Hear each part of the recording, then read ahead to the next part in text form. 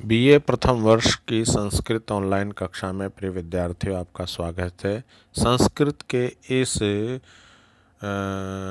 कक्षा में हम द्वितीय प्रश्न पत्र के अंतर्गत किरातार्जुनीयम नामक महाकाव्य के प्रथम सर्ग का अध्ययन करवा रहे हैं।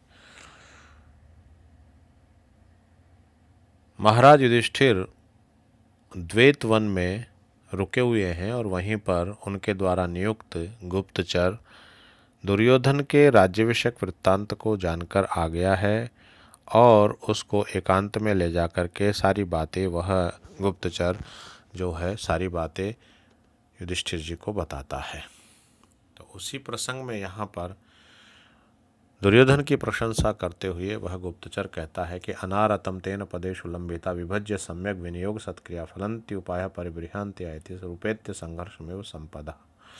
कहा अनारतम मानी वह दुर्योधन, निरंतर तेन मानी उस दुर्योधन के द्वारा पदेषु लंबिता अर्थात पदों पर, स्थानों पर अथवा वस्तुओं में लंबिता प्राप्त किए गए ऐसे विभज्य विभाजन करके सम्यक मानी अच्छी तरह से स्पष्टतया विनियोग सत्क्रिया समुचित प्रयोग रूप सत्कारों को वह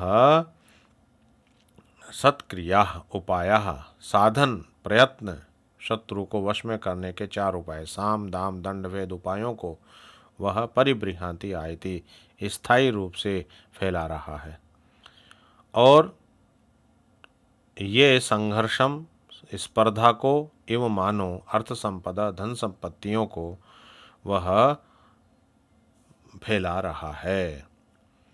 तो तेन पदेषु सम्यक विभज्य वह दुर्योधन हर विषयों में जो साम दाम दंड भेद आदि जो भेद है उन सब का उपाय कर रहा है और लंबिता विनियोग सत्क्रिया उपाय और वे एक दूसरे से ईर्ष्या करते हुए रखते हुए के समान भविष्य में उन्नतिशील होकर के उपाय संघर्षम उपेत्य वे जो साम दाम दंड भेद रूप जो उपाय हैं वो सारे के सारे आपस में एक दूसरे से ईर्ष्या रखते हुए समान भविष्य में उन्नतिशील होकर नाना प्रकार के एवं परिबृहन्ति आचार संपदा नर्थम फलंती नाना प्रकार के धन संपत्तियां पैदा करते हैं और किसी काम में उसे कुछ भी हानि नहीं होती।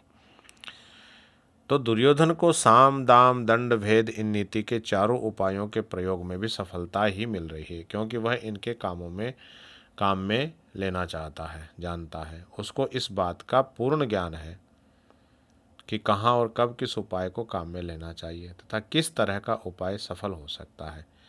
इसलिए वह देश काल पात्र आदि के अनुसार ठीक ठीक विभाजन करके इन चारों उपायों को उनके उचित स्थानों पर ही प्रयोग करता है और समुचित प्रयोग करने के कारण ही वे स्थिर रहने वाली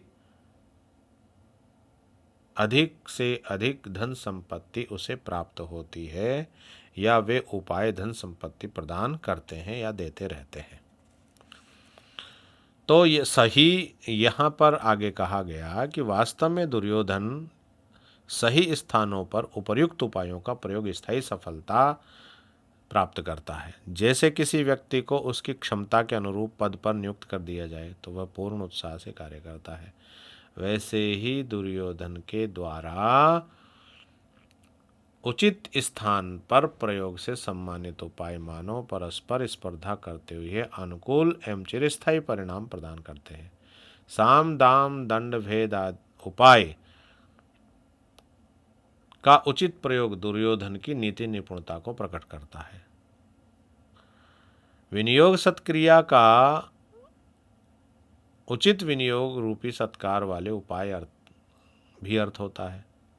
इस प्रकार से दोनों ही प्रकार के इन उपायों को चारों प्रकार के उपायों का प्रयोग करता है और इस श्लोक में उत्प्रेक्षा अलंकार है।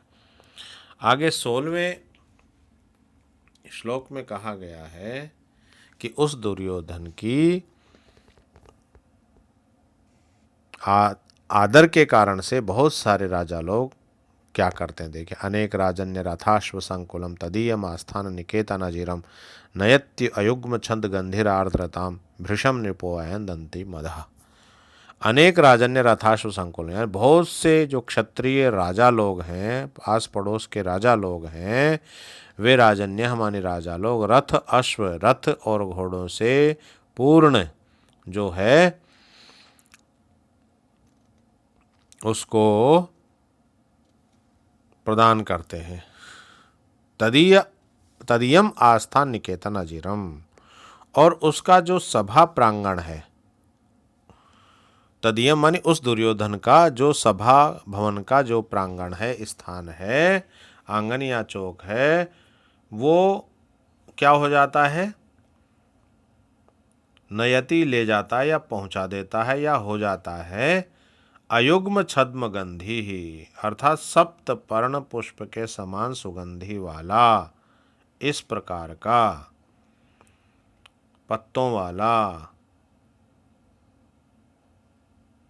उससे आर्द्रताम गीलेपन को, या यानी घोड़े रथ और हाथी जब खड़े होंगे तो वहाँ पर उसका उनके द्वारा छोड़े गए पदार्थों से गीलापन हो जाएगा। आर्द्रताम को वह दंतिनाम मदह, दंतियों के मद से राजाओं द्वारा उपहार में दिए गए जो हाथी हैं, उन हाथियों से वह आर्द्रता को प्राप्त हो रहा है। तो यहाँ पर दुर्योधन की अर्थ संपदा के विषय में बताया जा रहा है। तो कहा अयुग्म छद्मगंधी, अर्थात सप्तपर्ण और सप्त छोने के जो फूल होते हैं, उन फूलों के समान गंधी गंध वाला नृप उपायन राजाओं के नजराने में आए। दंतिना मदा यानी हाथियों का जो मद जल है, और अनेक राजन्य और अगणित राजाओं के रथ अश्व रथ और घोड़ों से भरे हुए संकुलम, उस तदीयम माने उस दुर्योधन के आस्था निकेतन अजिरम सभा मंडप के आंगन को गीला अर्थात कीचड़ से युक्त आर्द्रताम नयति गीलेपन को प्राप्त कराता है।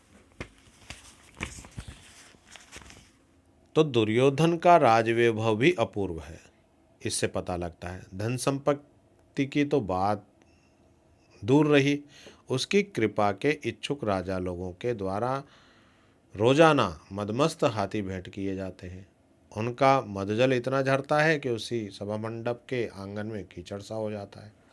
उस आंगन का भी यह हाल रहता है कि वहाँ उसकी सेवा में उपस्थित रहने वाले क्षत्रियों के इतने अधिक रथ घोड़े रहते हैं कि वहाँ आना जाना भी दुस्साध्य हो जाता है। तो प्रिय विद्यार्थियों, इस पद्य में जो दुर्योधन है, जिसका नाम कवि सुयोधन करता है, उस सुयोधन की समृद्धि की सूचना इसमें प्राप्त होती है। तो उस समृद्धि को सूचित करने के लिए दो बातों पर का विशेष उल्लेख किया गया है। एक तो यह कि बहुमूल्य हाथियों का उपहार के रूप में प्राप्त होना, और वहाँ पर जो अन्य राजा लोग हैं, जो उपराजा हैं, जो आस पड़ोस के छोटे राजा लोग हैं, उन क्षत्रियों के वाहनों से राजभवन के प्रांगण सदा भरा रहता, उनके द्वारा भेंट किए जाते हैं। सैकड़ों मत वाले श्रेष्ठ हाथी विभिन्न राजाओं के द्वारा दुर्योधन को भेंट में दिए जाते हैं, और उनके मदजल से आस्थान यानी जो सभा का प्रांगण है वो क्लीन माने गीला हो जाता है। इसके अलावा सुयोधन से भेंट करने के लिए इतने क्षत्रिय आते हैं कि वह जो सभा भवन का आंगन है उनके वाहनों से सदैव भरा रहता है। तो इस श्लोक में उदात्त अलंकार तो है ही, क्योंकि यहाँ सुयोधन की समृद्धि का वर्णन किया गया है। उदात्त अलंकार का लक्षण है समृद्धि मद वस्तु वर्णन उदात्त, अर्थात जिसमें समृद्धि से युक्त वस्तुओं का वर्णन किया जाता है वह उदात्त अलंकार कहलाता है, और इसमें वर्षस्थ छंद है। प्रिय विद्यार्थियों, आज इतना ही। आगे हम कल प्रथम वर्ष की कक्षा में अध्ययन करेंगे। धन्यवाद।